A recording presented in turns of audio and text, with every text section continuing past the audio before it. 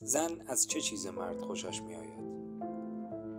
شکسپیر در یکی از داستانهایش حکایت پادشاهی را تعریف می کند که روزی برای شکار با همراهان به جنگل می رود. در آنجا بنا به اتفاقاتی گم شده و اسیر یک جادوگر می شود. جادوگر می خواهد جان او را بگیرد و پادشاه از او خواهش می کند که این کار را نکن.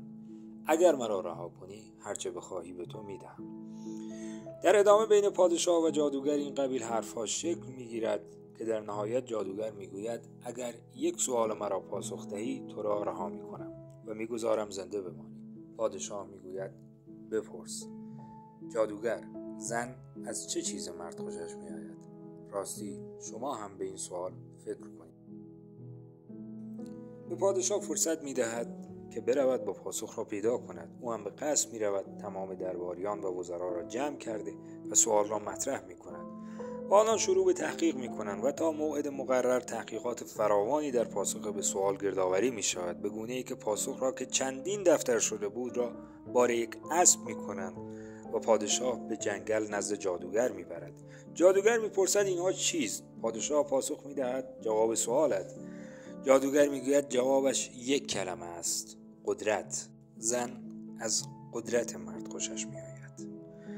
حالا اگر بخواهیم داستان را اینجا نگه داریم، شکسپیر دارد دیدگاه دیگری در باب شناخت زنان به ما می دهد.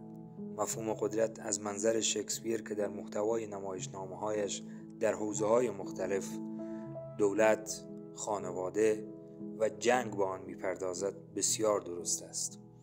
برای نمونه در نمایشنامه هملت پرده سوم از زبان روزنکرانتز اینگونه می‌خوانیم: هر فردی میبایست با تمام نیروی جسمانی و ذهنیش خود را از گزند مصون دارد و این هم در خصوص شخصی که زندگی‌های بسیاری بسته به سعادت و آسایش اوست بیشتر می‌نماید. این یعنی وظیفه یک مرد در قبال زن، زندگی و خانواده‌اش. طبق این دیدگاه اگر زنی به دنبال قدرت است، آهن‌پرست و پول دوست نیست، بلکه ذاتاً قدرت را دوست دارد. اگر هم علاقه‌ای به پول، ثروت، اتومبیل، خانه و جواهرات نشان می‌دهد، چون اینها نماد و نشانه‌ای از قدرتند.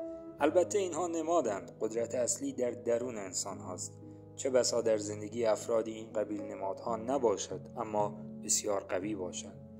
شاید اکثر ما این جمله را شنیده ایم که پشت هر مرد موفق یک زن قرار دارد، یعنی مولد همان چیزی که زن دوست دارد در حقیقت خودش است. اوست که قدرت را درون یک مرد شکوفا می کند. نمیدانم بیل ویلسون را می شناسید یا نه. ایشان بنیانگذار انجمن الکلی های گمنام یا همان AA بود. او در خاطراتش اینگونه نقل می کند که روزی ناراحت و ناامید به خانه بازگشتم و همسرم متوجه ناراحتی من شد. علت را از من پرسید. گفتم حدود 1 سال است دارم تلاش می کنم تا انسانی را از اعتیاد به الکل یا مواد مخدر ترک دهم، اما حتی نتوانستم 1 نفر را نجات دهم.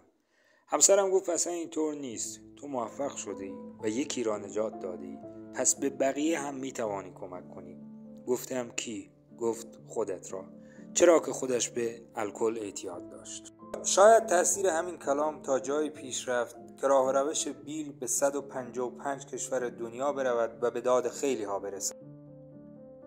شاعر و نویسنده انگلیسی آلدوس هاکسلی او را بزرگترین معمار اجتماعی سده 20 خوانده است، یا مجله تایمز در سال 1999 او را یکی از 100 شخصیت تأثیرگذار قرن 20 انتخاب کرد.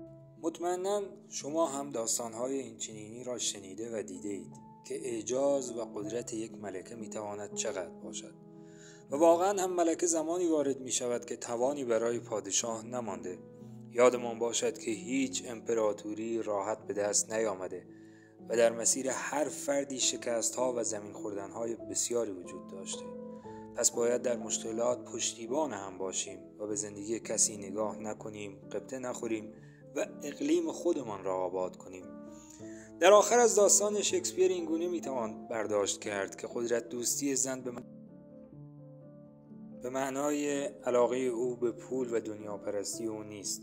قدرت باید در زندگی وجود داشته باشد، اما شاید برخی مردان نمیدانند و زن را اینگونه میبینند که پول دوست است و برخی زنان هم نمیدانند ملکه شدن آنان در پادشاهی مردشان ممکن می شود و ممکن است بعضی مواقع در سختی ها و مشکلات به جای امید دادن، تلاش و جنگیدن شروع می کنند به نق زدن و آشوب و ایجاد استرس و اضطراب و در آخر زندگی را رها می کنند. اما یادمان باشد انسان‌ها زمانی ناامید می شوند که چیزی با موفقیتشان نمانده. ویلیام شکسپیر.